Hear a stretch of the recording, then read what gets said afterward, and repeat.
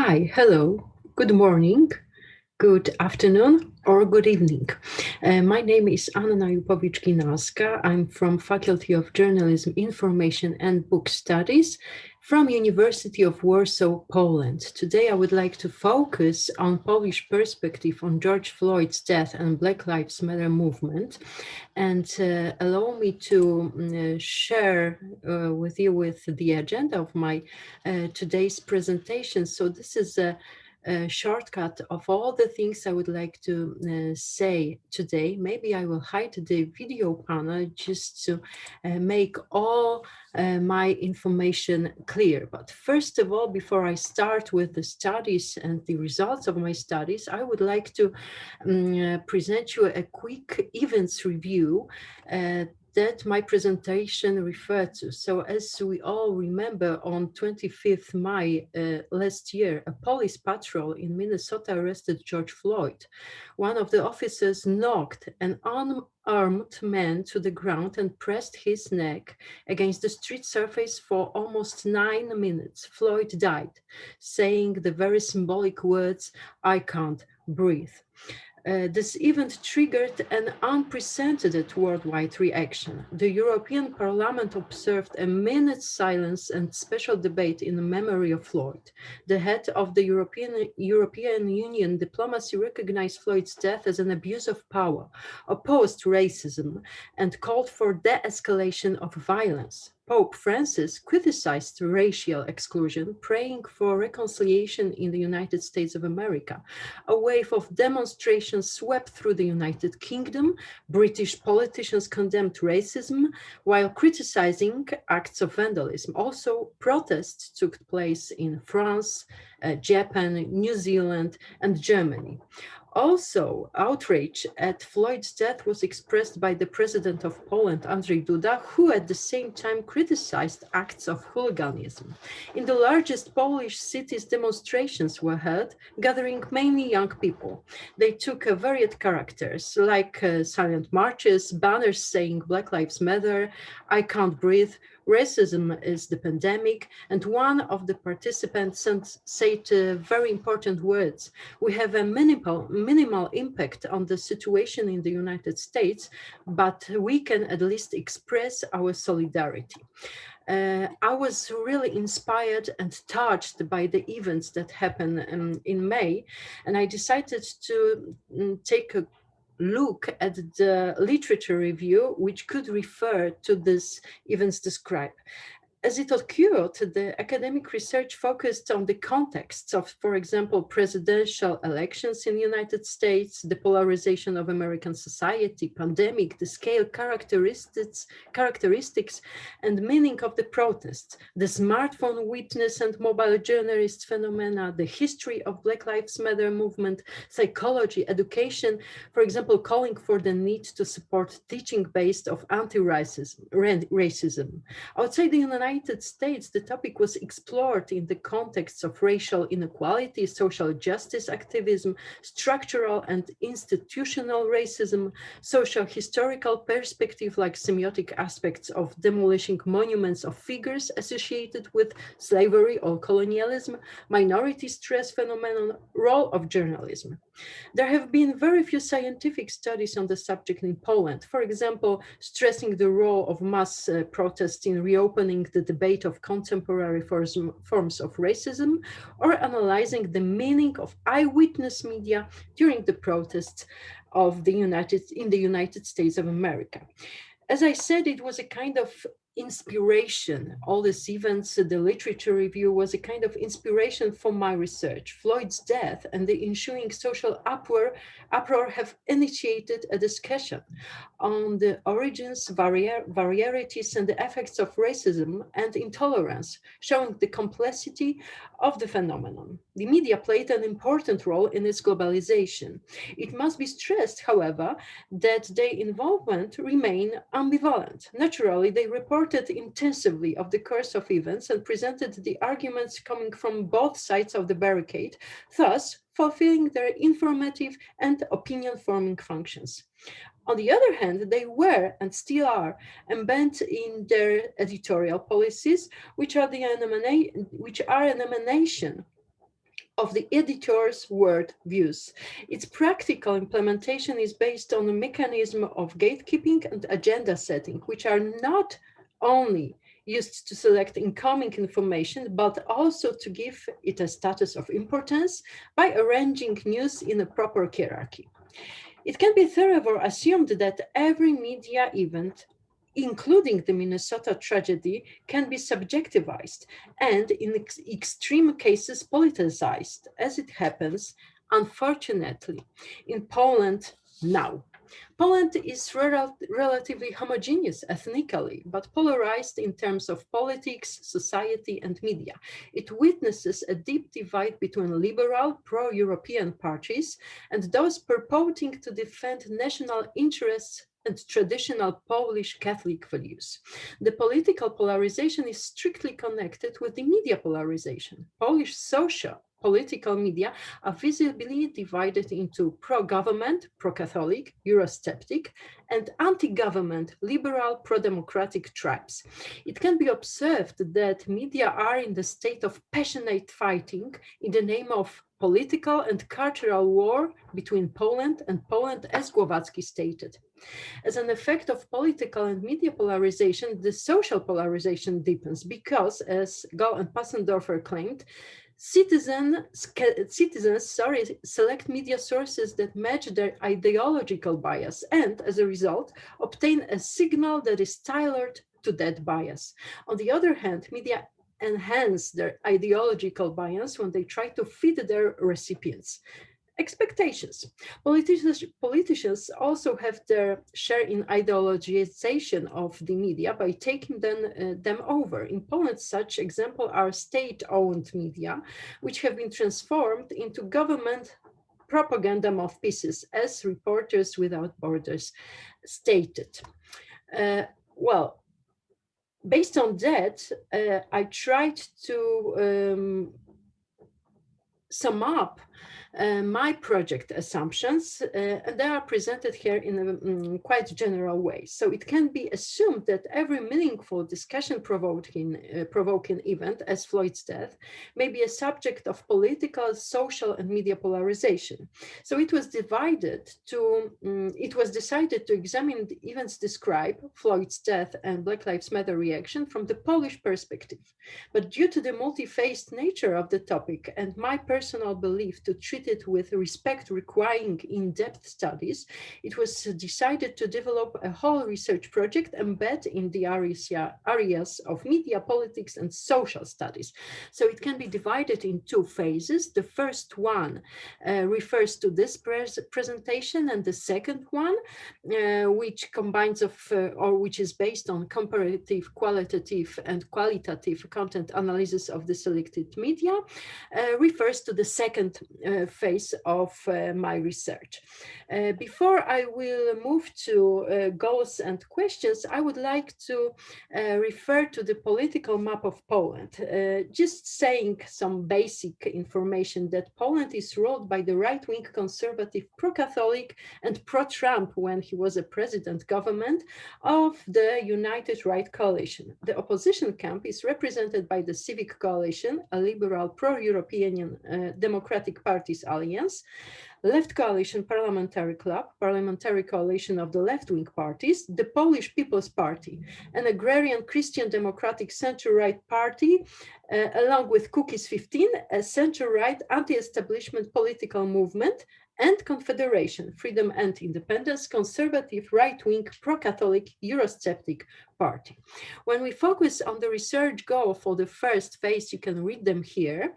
And these are characterizing the level at which Poles were informed about the Floyd's death and Black Lives Matter movement, presenting media sources of this knowledge, and studying the declarations of support for the idea of Black Lives Matter movement.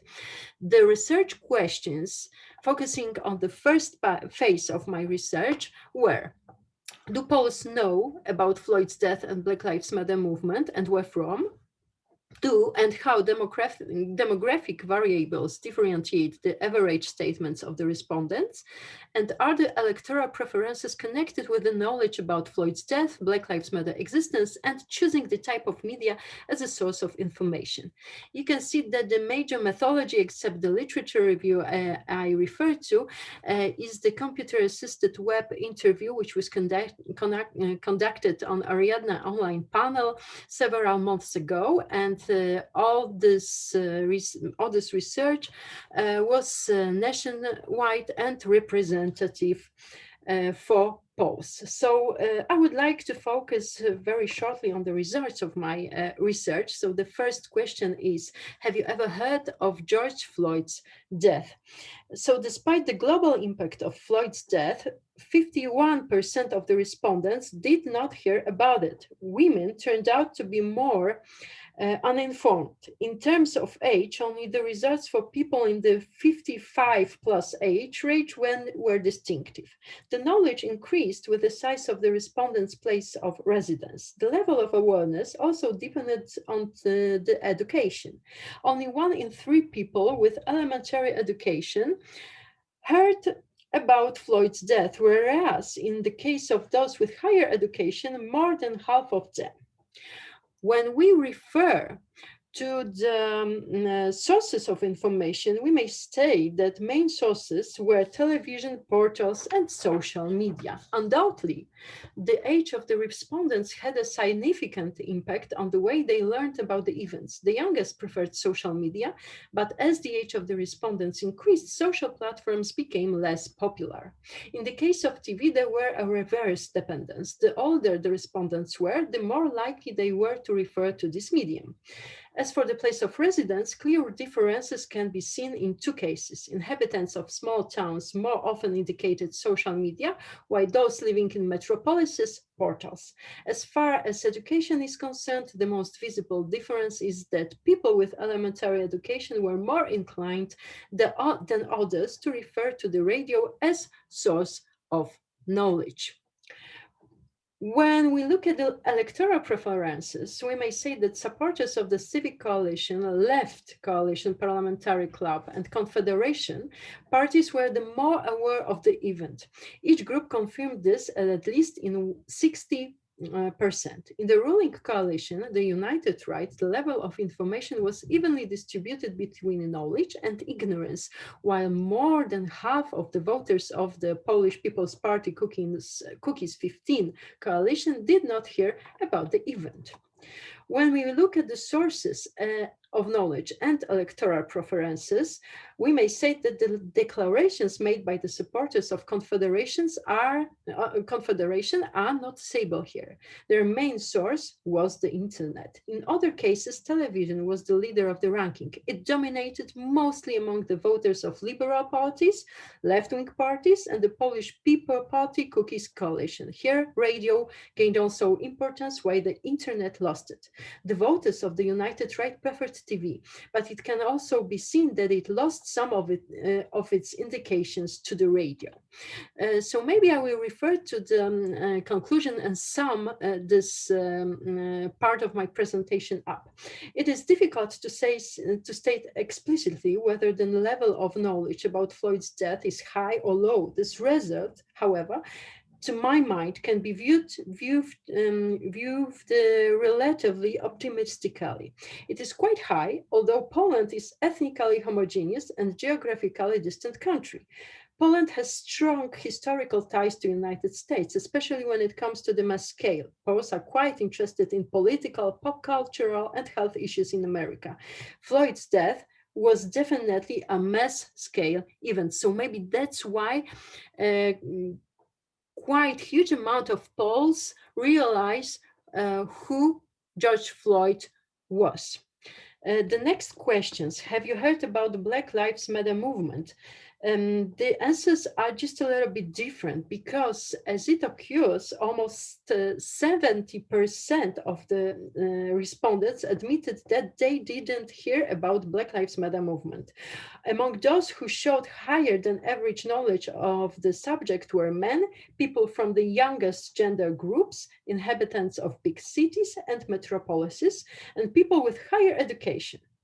There is no clear relationship with the level of information. The younger, the better educated respondents were, and the larger city they lived in, the more aware of Black Lives Matter movement they were.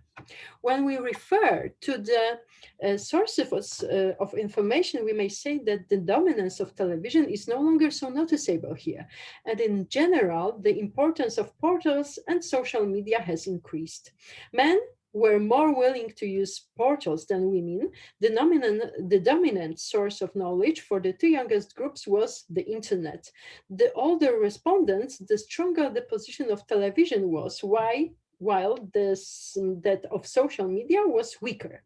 Portals and known media sources, like for example chats with family or other people, especially in groups aged 35, 54, played a slightly more important role here. Also, the answers of inhabitants of medium-sized cities who reached for TV differ most from those of inhabitants of big cities who learned about Black Lives Matter from portals. In metropolises and larger cities, Black Lives Matter was also a more frequent topic of conversation. In the context of education, it can be seen that people with elementary education used social media, while those with higher education preferred portals.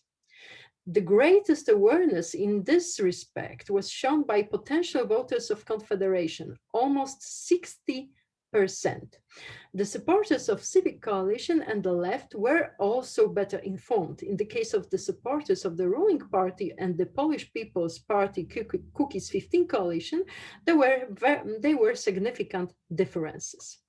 When we look at the sources and electoral preferences, one can see that the supporters of Confederation again reached for the internet, mainly portals, and in comparison with the data on Floyd's death, the share of television dropped. The internet as a source of information about Black Lives Matters was mainly used by the voters of the left-wing and liberal parties. In both cases, the role of television has decreased. The medium remained the main source of information for Poles who declared their support for the United Right, and Polish People's Party Cookies 15 coalition, who declared their use of the internet at the least frequency. So when we focus on the conclusions, or the second part of the conclusions, we have to ask ourselves why the knowledge about Black Lives Matter movement reaches only 30%, since the reactions after Floyd's death were global. The reason for this is maybe Black Lives Matter specificity. After all, its history began earlier. It is a more complex phenomenon requiring definite knowledge about the history of the United States of America. It should be also added that the international affairs concern Poles to a lesser extent than entertainment, domestic politics, and as well as COVID-19. Additionally, the events described competed for the public attention against the epidemic and Poland's presidential election, which took place in June-July last year. Also, we can refer to the conclusion focusing on media, Floyd, and Black Lives Matter movement. So media played an unquestionable role in providing all information. They are the main source of knowledge about the world for Poles. It can be assumed that the scale of information about Floyd and Black Lives Matter resulted from the activity of the media, understood as the frequency and the way of presenting the discussed topic. While the Script survey did not examine the media content, it indicated three major sources of information television, portals, and social media. And these are the inspiration for the further steps of my studies. The significant role of the internet in the Black Lives Matter context is worth considering. It is well known that television broadcasters are limited in the terms of time. The news cannot be long, and therefore only current affairs or archive shortcuts can be presented. The internet is not a subject to these restrictions, and unlike in the case of TV, it is possible to search through online archives and to discuss it with others. It could be therefore assumed that TV offered mostly up-to-date short news on current events like Floyd's death, while internet provided more extensive background for these events.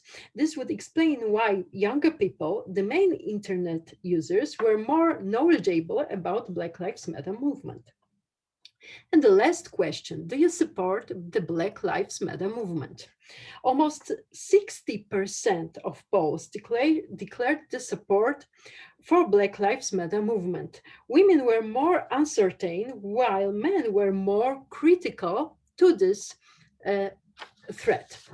When referring to age, significant differences can be seen in the 25-34 age category when compared to general data, negative attitudes are growing. Older groups were more likely to show a positive attitude.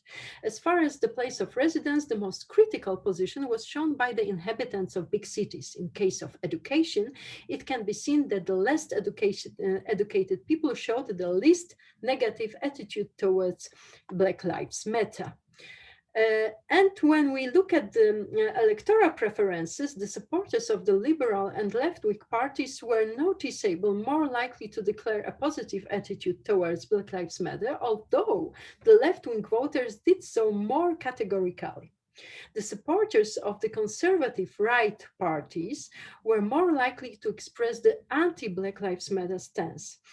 32 in total for the United Rights and 57% for Confederation. Although in the case of the ruling coalition, the movement was supported by the 60% of the respondents, only 17% of Confederation voters did so.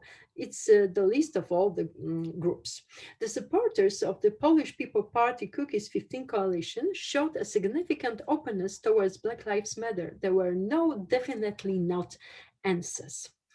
And the last part of conclusions. By applying the filter of the respondents' electoral preferences, it can be observed that the voters of the liberal and left-wing parties declared high support for Black Lives Matter, showing high knowledge of Floyd's death based on television, and lower of Black Lives Matter with a stronger share of the online sources. The supporters of the United Right more frequently expressed their lack of support for Black Lives Matter movement, getting information about the movement and Floyd from TV. The voters of Confederation represented the most critical stance toward Black Lives Matter and showed a similar level of knowledge about Floyd and the movement using the internet to the greatest extent among all the respondents, which made them the most informed group. It is worth adding that Confederation supporters are mainly young, well-educated people.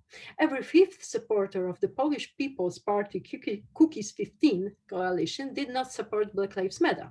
These respondents also showed the less knowledge about Floyd and the movement, basing it mainly on television. Electoral preferences and respondents' stance towards Black Lives Matter can be treated as a sign of social polarization, but further research should be carried out on regarding the relations between media's editorial lines, political affiliations, and their narratives about Black Lives Matter movement. That will be the major research area for the second phase of my study.